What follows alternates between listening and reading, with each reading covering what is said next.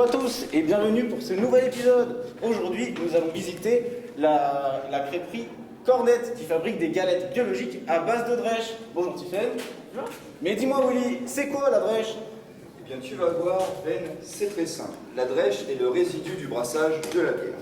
Au début, nous avons l'orge, la cousine du blé.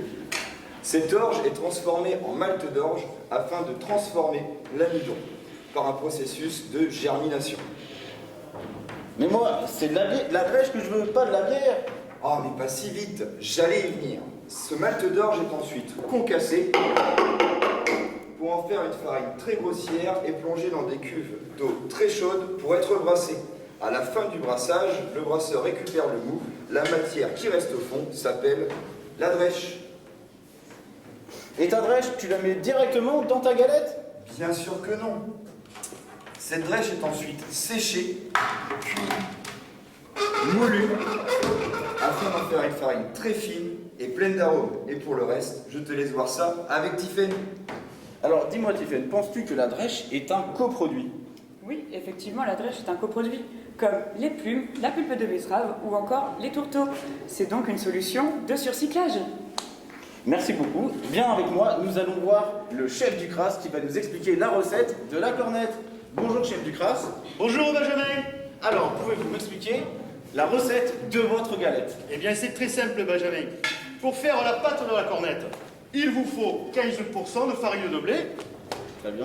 15% de farine de drèche, 1% de sel et 69% d'eau, ce qui vous fait un résultat de 100% d'amour. Très bien chef du CRAS. Et avec quoi pouvez-vous accompagner ces galettes? Encore une fois Benjamin, c'est très simple. Avec la cornette, vous pouvez en faire une galette sucrée, avec des produits normands bien sûr, un peu de pomme, un peu de caramel, ou alors, je préférerais vous inviter au salon du Grand Jury à Avignon. Vous allez pouvoir découvrir une recette typiquement normande, avec un peu de salade, un peu de jambon, et bien sûr, un camembert. Très bien. Et quelles sont les valeurs nutritionnelles de cette galette? La cornette, par rapport à une galette traditionnelle, est très pauvre en matière grasse. Par contre, elle est très riche en fibres alimentaires et en protéines. Merci. Et alors, pour finir, quel est le choix de conservation que vous avez choisi? Une fois que j'ai fait mes 10 galettes, je les mets sous vide afin de gagner en conservation. Merci chef du CRAS. Je vous laisse à l'échantillon. Merci. Est-ce que tu pourrais nous expliquer le sous-vide s'il te plaît? J'ai pas bien compris je pense. Ah, bah oui, Benjamin. La mise sous vide, c'est qu'on place un produit dans un emballage hermétique. On va ensuite enlever l'oxygène pour que le produit soit mieux conservé. Alors maintenant nous avons nos galettes, mais il va falloir les vendre. Sur quel marché penses-tu que ça soit prescrit? Il existe 3 secteurs principaux en France. La GMS, le web et la restauration hors domicile, qui représente un chiffre de 9 milliards d'euros. Dans ces segments, on peut retrouver les brasseries et les établissements snacks.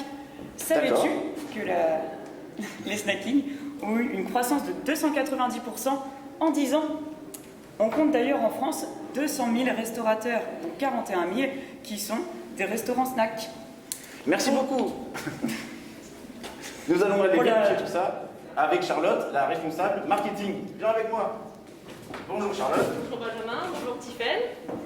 Alors comment allez-vous et sur quel marché vendent ces galettes? Alors c'est tout simple, le premier secteur qui va nous intéresser, c'est la restauration hors foyer, qui est un marché de prescription. Il va nous permettre d'évangéliser notre clientèle B2C. On a donc 2 secteurs, les brasseries et les snacks. Très bien, et quel type de consommateurs allez-vous toucher? Alors nous avons les locavores, les éco-responsables, les amateurs du bio et bien évidemment ceux qui aiment les galettes. Comme on le dit souvent, notre devise, c'est que la cornette, c'est une galette qui empêche le gaspillage avant même de vous faire plaisir. Et alors, petite question, pourquoi est-ce que ça s'appelle cornette? Alors pourquoi cornette? Cornette, c'est donc corn, tout d'abord, c'est céréales en anglais, et en plus on fait référence à nos valeurs normandes pour les Vikings, notamment avec les cornes sur notre logo.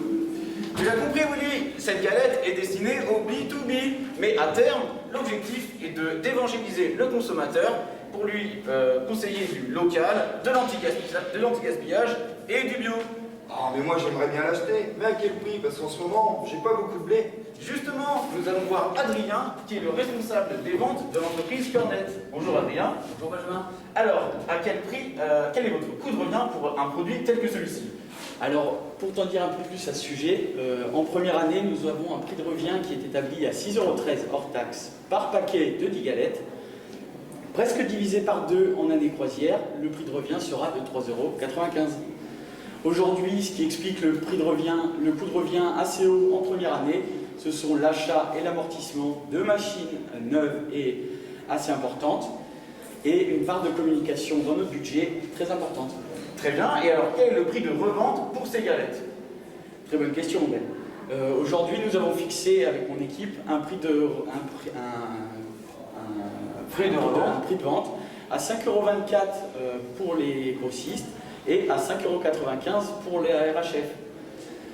Si aujourd'hui nous avons choisi d'appliquer une marge commerciale de 15%, c'est parce que c'est ce qui se fait sur ce segment de marché et sur ce type de produit. De plus, en annuel, si Cornet suit ses objectifs de vente qui sont de 11 000 paquets, ça leur permettra de faire un chiffre d'affaires de 153 000 €. En année de croisière, nous serions sur des objectifs de 26 000 paquets pour un chiffre d'affaires de 322 000 €, dont 36 000 € de bénéfices. Aujourd'hui, si la Cornet correspond totalement aux attentes des consommateurs, nous conseillons un prix de revente chez nos restaurateurs de 6 € garni, ce qui leur permettra de réaliser un coefficient multiplicateur de 10 par rapport à leur prix d'achat. Aujourd'hui, si la Cornet réalise ses objectifs de développement, le produit a un avenir très prospère devant lui. Merci beaucoup Adrien. Et voilà Oli, maintenant tu en sais plus sur la Cornet. Et nous vous retrouvons la semaine prochaine pour une nouvelle émission sur un nouveau produit agroalimentaire innovant.